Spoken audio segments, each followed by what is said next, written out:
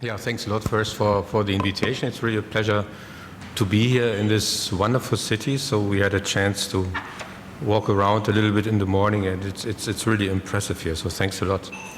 Yeah, so now we move targets a little bit. So we go to Waldenström's macroglobulinemia. It's a rare disease, as you know, belonging to the indolent B-cell lymphomas. Yeah, with an incidence of 2 to 3 new cases per million, so it's quite low.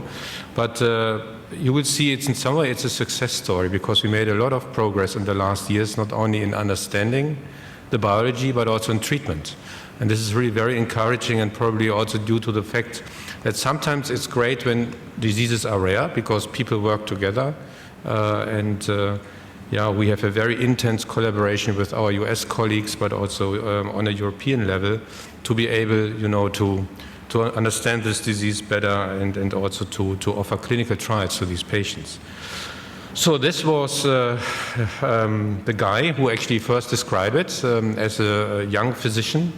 So here a photo in 1944, and I think a very nice example that being, let's say, only a clinician can be the key point, because just by, you know, observing the symptoms of his patients, he was able to categorize these patients and to categorize or to form a new category of disease called after his name.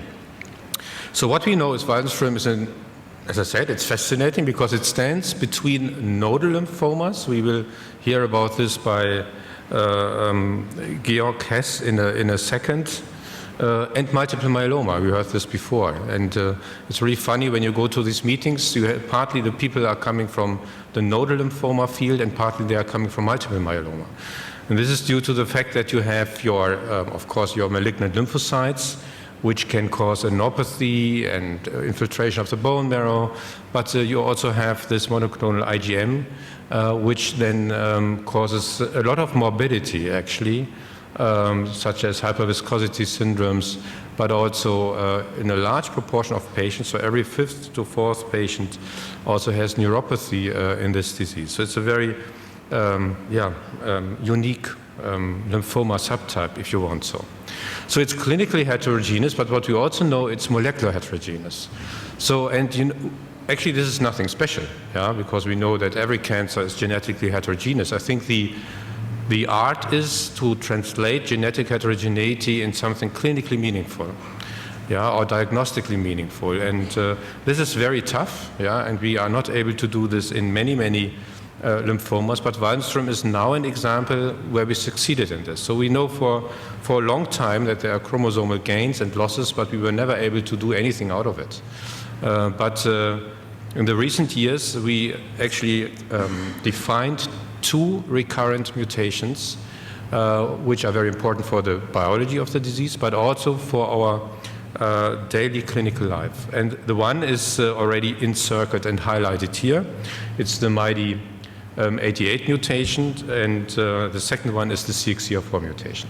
So this is just what you see. It's a MYD88 mutation. Importantly, what you have to keep in mind, over 90% of your patients with Waldenström have this MYD88 mutation. It's a point mutation, so that's very easy, let's say, to diagnose, yeah, but it's a simple PCR, or you can do it by targeted sequencing. And it's a hallmark, a genetic hallmark of Waldenström. It's not specific. You know, it's also present in other lymphomas, but it's really a genetic hallmark.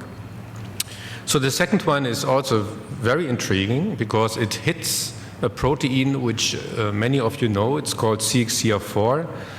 Everybody knows Plerixafor, CXCR4 inhibitors. It's very important for homing of hematopoietic stem cells, but it's also very important for homing of lymphocytes. And every 3rd patient, you can keep in mind with Waldenström, has activating mutations of the CXCR4, which makes these Waldenström cells really sticky. So they are sticky and really are stick, let's say, to the bone marrow niche, so activating mutations. So over 90% MYD88, over every 3rd patient CXCR4. So the question is whether this has any implications. It's now included in the WHO classification. I canceled the slide for time reasons. And what is very important actually is that we can form genotypes. And these genotypes are actually defined by the mutational status of these two genes. So mathematically, normally we would have 4 categories, but for reasons which we do not really understand, we have 3 different genotypes. And the first genotype, the plus stands for mutated, WT for wild type, is you have MYD88 mutated and CXCR4 wild type, then you have double mutated, and you have double wild type. Yeah. And we will see later on that this has also impact on treatment outcomes. This is why it's important for the clinician.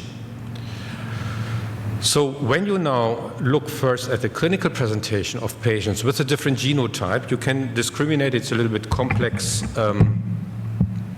slide, but when you now put all the MYD88 mutations, mutated patients together, and you discriminate them from the wild type, you see that these wild type patients present differently compared to the mutated ones. And you see they have less bone marrow involvement and they have less monoclonal IgM. So they look a little bit more like having less Waldenström. So what you would expect is actually that these patients probably have a better treatment outcome, yeah, because they have less IgM, less bone marrow involvement.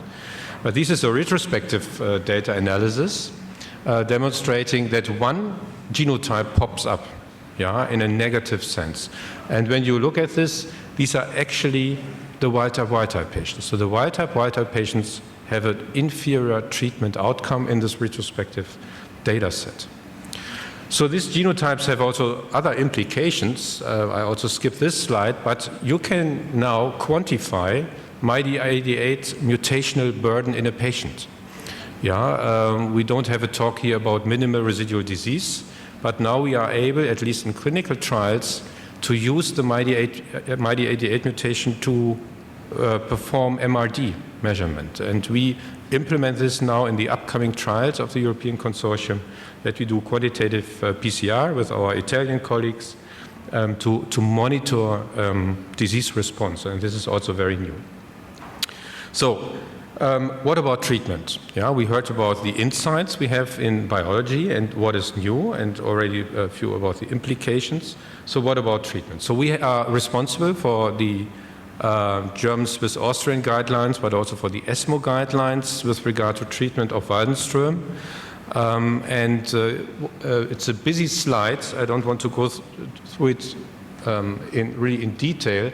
So what we do is we have a watch and wait strategy also in Waldenström, like in other indolent lymphomas. Of course, you stratify your treatment, or you individualize your treatment. You have low, you have high tumor burden. The only thing what I have to point out is that still rituximab chemotherapy is a standard of treatment in Europe. In the US, it's a little bit different. There's much more ibrutinib already dominating. Yeah, but here you see that we have a lot of R-chemo with DRC or bendamustine rituximab. There is bortezomib, and of course there is ibrutinib, but only if the patients are not eligible for chemotherapy. So we are quite cautious in giving a medically fit patient in need of treatment ibrutinib first line. Yeah, and here with high tumor burden, so these are just modifications. And this is now for the symptomatic relapsed Waldenström. Again, you do a watch and wait, and then you see what is very important is the duration of response your patient had with regard to frontline. So when they have a very short duration of response, you go for ibrutinib. Yeah, but when they have a longer response, you can still work with R-chemo, giving alternate regimens, even repeating the regimens depending on your patient, giving bortezomib, rituximab. So this table summarizes a little bit what we have and how efficient these therapies are. So rituximab single agent was the most used treatment in the United States before ibrutinib was introduced. So 60% of patients with Waldenström got rituximab single agent in the US. So this is largely different from Europe, where most of the patients actually got rituximab chemotherapy. So rituximab single agent is efficient. You can keep in mind you have to give double the amount as in follicular lymphoma to get more or less the same results as illustrated here. But of course, much more efficient is rituximab chemotherapy, For instance, the Rituximab-Bendamustine, time to progression 17 months. CHOP-R or R-CHOP is 63 months, so it's very similar. But actually what is used and recommended internationally is Rituximab-Benda and this CDR. This is cyclodexa and rituximab. So for rituximab single agent, very important, there is this IgM flare. So you have to keep in mind that you can actually cause an intensive care unit case, in really an emergency case, when you treat a patient with Waldenström with very high IgM with rituximab single agent. Yeah, and so this is a disadvantage of rituximab which you have to keep in mind. So as I said, there are two regimens recommended so far. This is DRC, dexa-rituximab cyclo. It's widely used because it's relatively non-toxic. Yeah, and you can do it non-IV. Dex you can give orally, rituximab sub-Q, and cyclophosphamide also sub-Q. This is not also, again, shown here. You have an overall response rate of 80%, which is 10% less than with rituximab-bendamustine. So it's less active than rituximab-bendamustine. But at the end, it's also less toxic. You have nearly no grade 3/4 myelotoxicity in contrast to R-Benda. See here the PFS of the DRC first line. So it's a mild rituximab chemotherapy, but very well tolerated in this disease. And you see again here, grade 3/4, there's nearly no toxicity in contrast to R-Benda. So R-Benda got popular because of a German trial, Matthias Rummel. So what he did is he took mostly follicular lymphoma, but also a few Waldenströms, and then did a phase 3 randomization, R-Benda versus R-CHOP, published already 6 years ago. And you see you have a high response rate. You see the number of patients very low, rare disease. And this is here the subgroup analysis for Waldenström, so it's efficient for sure. Yeah, this is why it's recommended also internationally when you want to do R-chemo. So the other important question is to maintain or not to maintain. You know, in follicular lymphoma, it's standard to give rituximab maintenance after R-Benda, for instance. The question is, should we do it in Waldenström? So there are only retrospective data, and to see whether they are relapsed or treatment naive, maintenance is always better than no maintenance. I can just tell you that there will be, we waited a long time for it, randomized phase 3 data at ASH, also from the German group, comparing 2 years rituximab maintenance versus observation after R-Benda, and the result will be surprising. I cannot tell more. The only thing is what we recommend is not to give maintenance, because there are no prospective data, and it was probably not a bad idea. I cannot say more. So, yeah, so this is important. I think rituximab chemo is still a very good therapy for many patients. And we formed 10 years ago the European Consortium, and you see that we are trying to offer academic trials to our patients with Waldenström. And you see here this European trial has now finished recruitment. We have recruited over 200 patients, and it's very simple. It tries to, you know, without having ibrutinib included at that time, to modify or to optimize dexa-rituximab cyclo by adding bortezomib. So it's sub-Q, orally, sub-Q, and orally, so it's a non-IV regimen.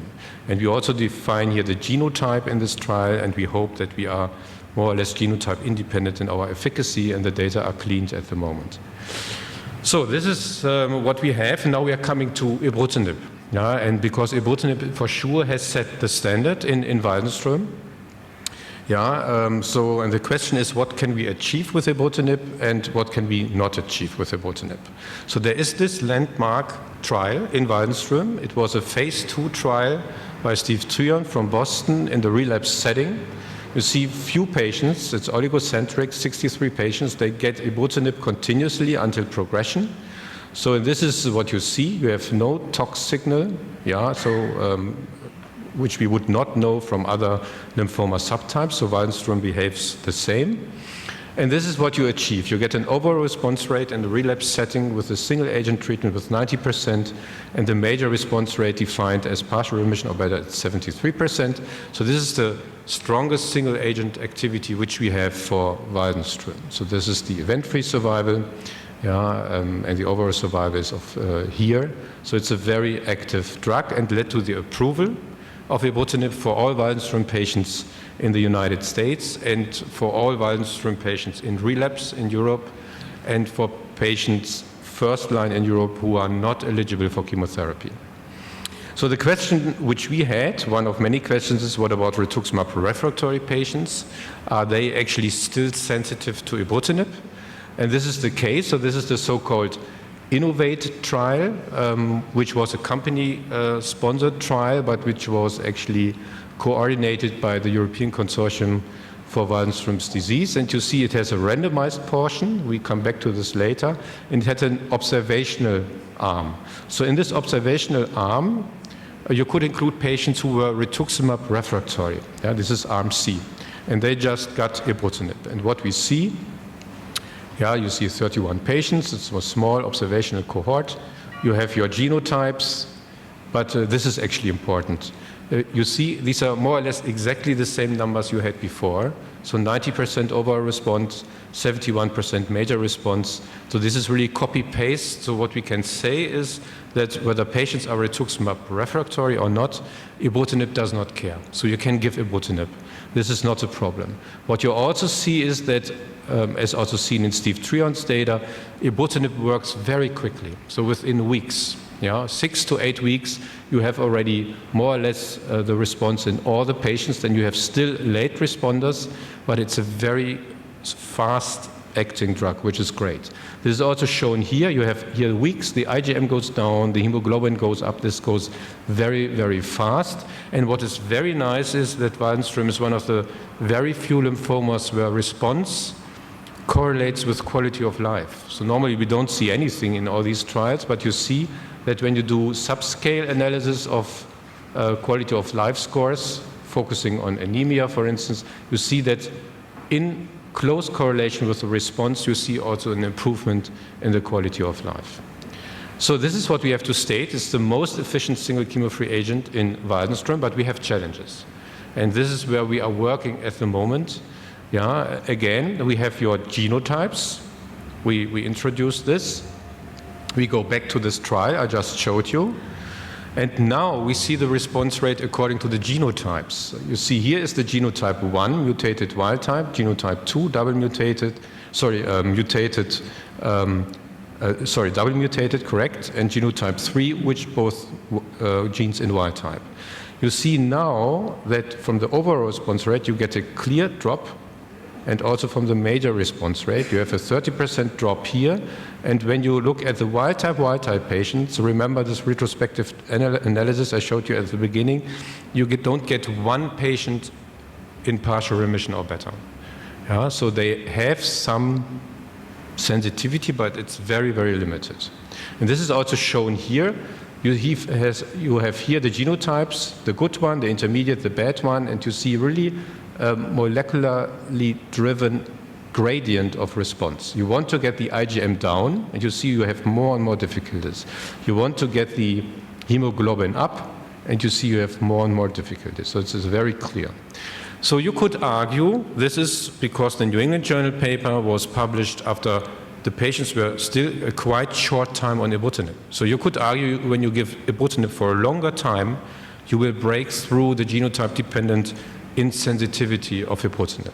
So this is why this update is important. It was also published in the JCO now, because now it's the same trial, but now the patients are on ibrutinib median time over 40 months.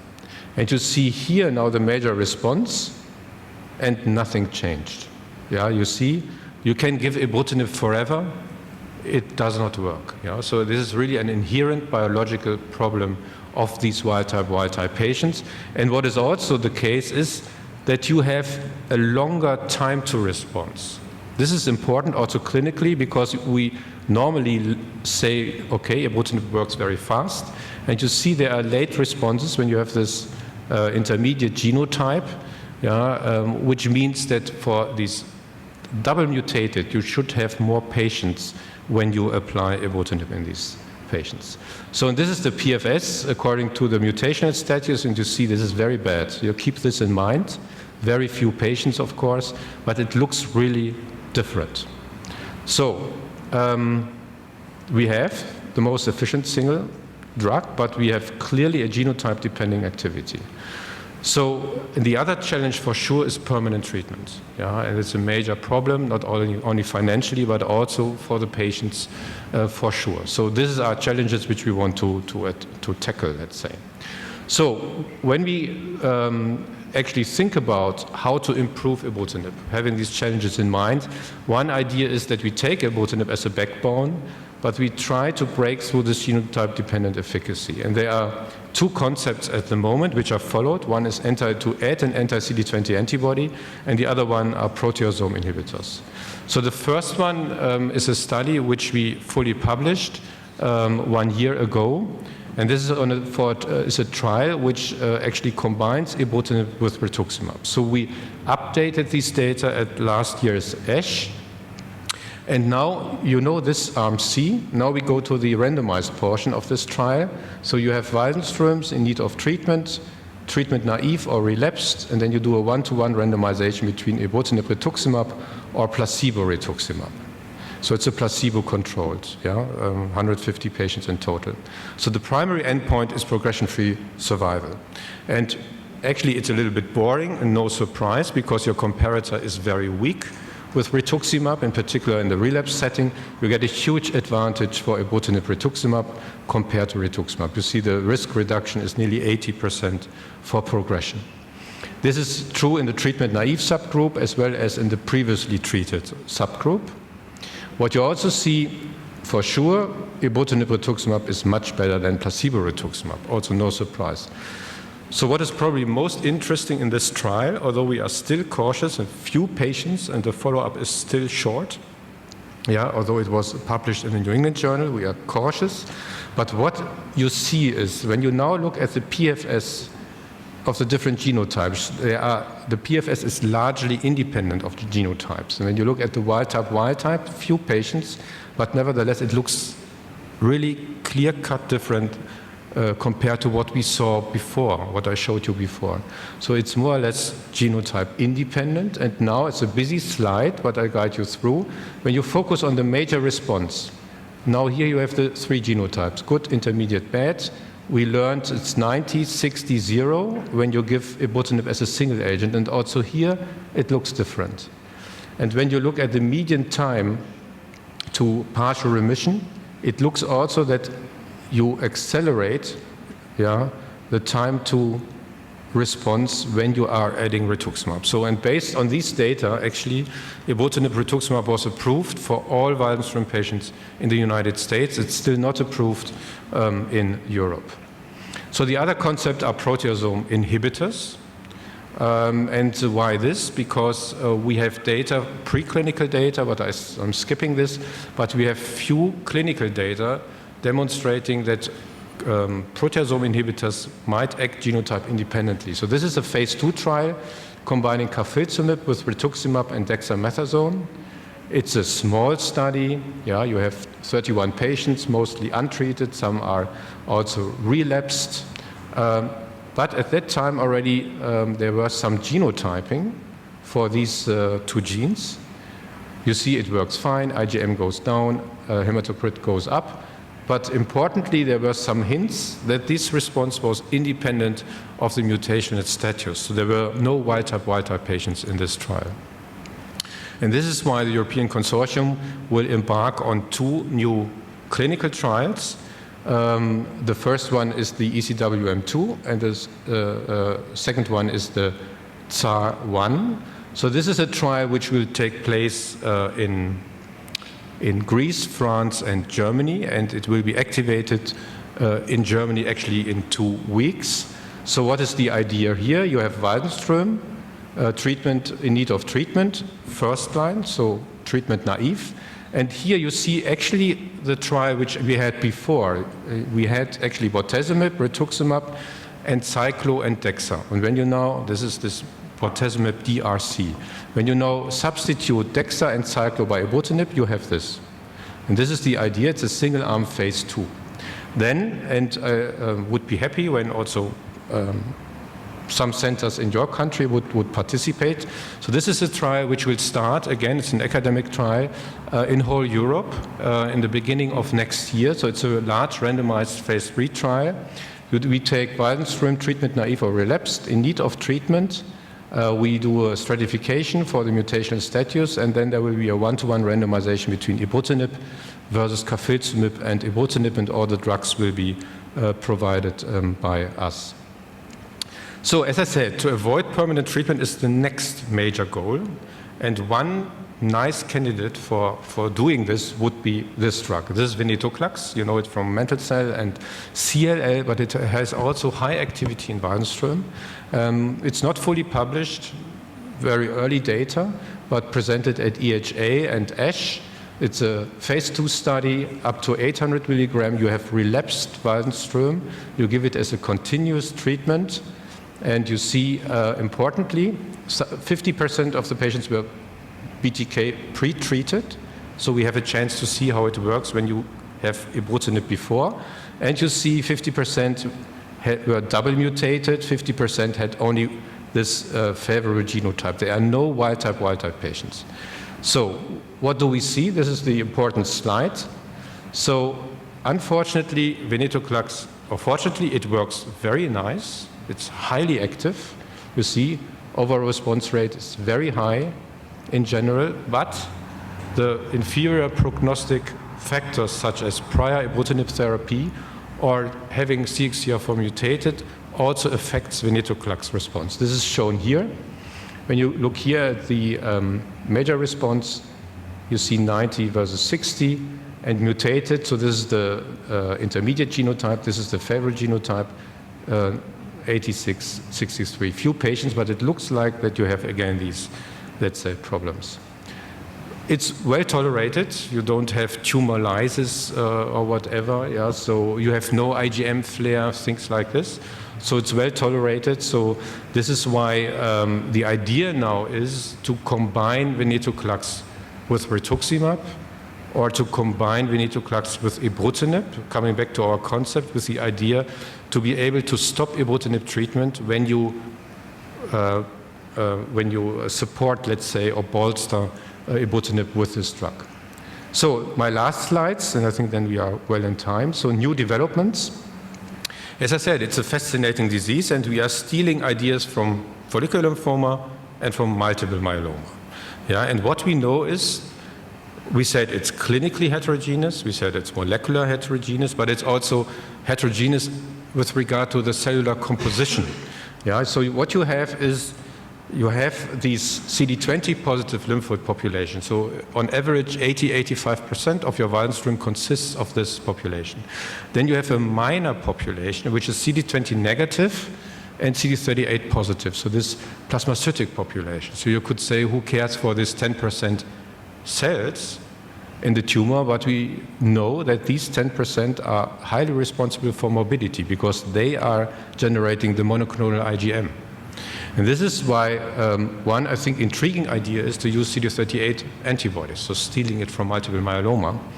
And actually there's a trial ongoing in New York at the Sloan Kettering, and they are trying daratumumab in relapsed patients with Waldenström. I don't know data so far, but I think it's also a very intriguing concept to try this. Again, another example how biology can actually help us to get new treatment ideas. We heard about this CXCR4 mutation, activating CXCR4 mutation. So why not using CXCR4 inhibitors? Yeah, and this is, I think, also an intriguing idea. Why not adding a CXCR4 inhibitor to ibrutinib, for instance, when you have documented a CXCR4 mutation? This phase 2 trial is ongoing, and there are preliminary data, which I cannot show you, but I can tell you it's indeed active. Yeah, it's very clearly active, so I think it's a good concept. So with this, I want to end my talk. I think important is that we work together in these very rare diseases with the European Consortium, and importantly, Australia is also officially associated to the European Consortium, and as I said, we also work very strongly together with the multiple myeloma people, actually from the US, who all care also, or most of them also care for Waldenström. And I think this is very, very important. And with this, you know, this is not Krakow, but this is Ulm, where I'm coming from. A small city, but I always say this, it has one famous thing, and this is it has the tallest church in the world and the third largest in the world, although it's so small. So in the Middle Ages, it was a very, very rich city. Nobody knew Berlin or Munich, but Ulm was world known, at least in the Middle Ages. It changed a little bit. So thanks a lot.